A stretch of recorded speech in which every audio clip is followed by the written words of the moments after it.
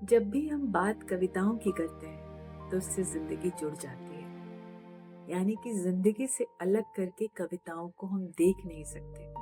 जिंदगी के साथ जोड़कर ही कविताओं का अस्तित्व है। तो इन कविताओं को बेहतर तरीके से समझने के लिए इस दफे मैं इसे जिंदगी से जोड़ रही हूँ।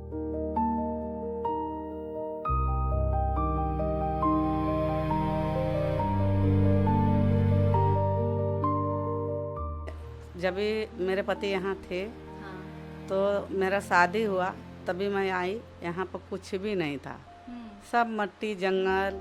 यहाँ पर कुछ भी नहीं बना था, मतलब बिल्डिंग भी नहीं था, कुछ नहीं। यहाँ भैंस गोरू सब चल रहे थे। दुख तो कभी नहीं भूलती हूँ। कोई भूखा मिल गया मुझे तो मैं अपने खाने का उनको खिलाऊंगी। कोई कपड़ा नहीं था मेरे पास दो कि मेरे शादी हो सके। तो शादी हुआ तो दूसरे से लेके हुआ। इस समय में शादी हुआ कि हमारे पास न खाने का था, न मेरे पिताजी थे, ना हमारा कोई सपोर्ट देने वाला था।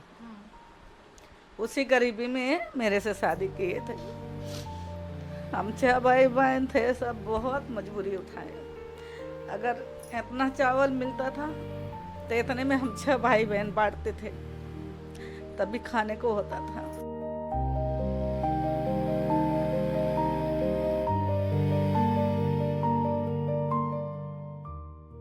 जब भी भूख से लड़ने कोई खड़ा हो जाता है, सुंदर दिखने लगता है।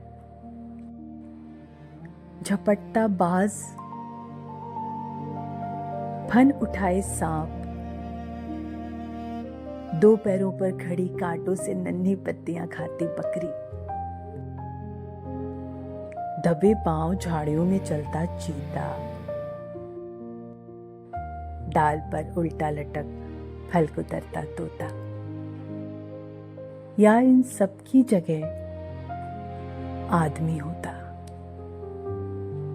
जब भी भूख से लड़ने कोई खड़ा हो जाता है, सुंदर दिखने लगता है।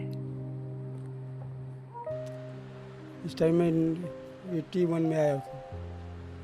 4-5 साल कुरार बिल्डिंग था शिवाजी नगर में, वहाँ पे गटर पे सोता था।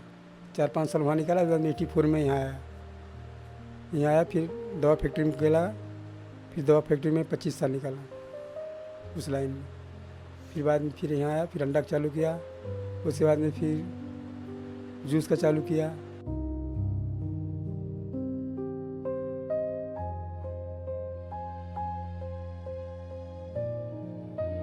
उसके बारे में कविता करना हिमाकत की बात होगी और मैं वो नहीं करूंगा।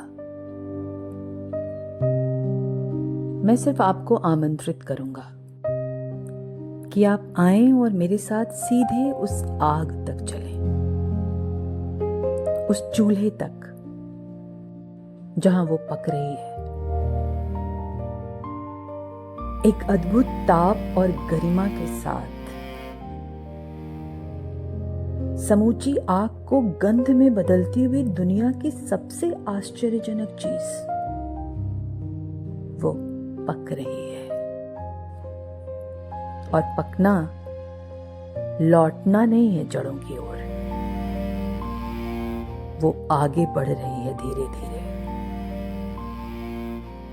झपट्टा मारने को तैयार वो आगे बढ़ रही है। उसकी गर्माहट पहुंच रही है आदमी की नींद और विचारों तक। मुझे विश्वास है आप उसका सामना कर रहे हैं। मैंने उसका शिकार किया है। मुझे हर बार ऐसा ही लगता है जब मैं उसे आग से निकलते हुए देखता हूं। मेरे हाथ खोजने लगते हैं अपने तीर और धनुष।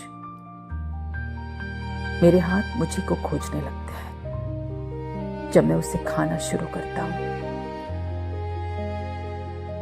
मैंने जब भी उसे तोड़ा है, मुझे हर बार वो पहले से ज्यादा स्वादिष्ट लगी है, पहले से ज्यादा गोल और खूबसूरत, पहले से ज्यादा सुर्ख और पकी हुई। आप विश्वास करें, मैं कविता नहीं कर रहा, सिर्फ आग की ओर इशारा कर रहा हूं।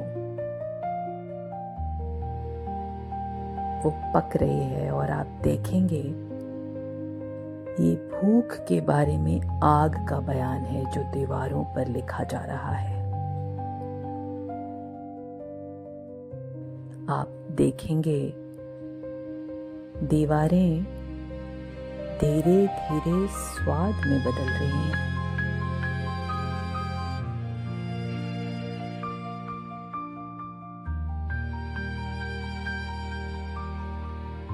यहाँ से मेरा चेन्नई तक जाता है। मैं अहमदाबाद से लिट्टी चोखा खाने के लिए आया स्पेशल। लिट्टी चोखा, लिट्टी चोखा का ये ऑथेंटिक टेस्ट मुझे यहीं मिला है।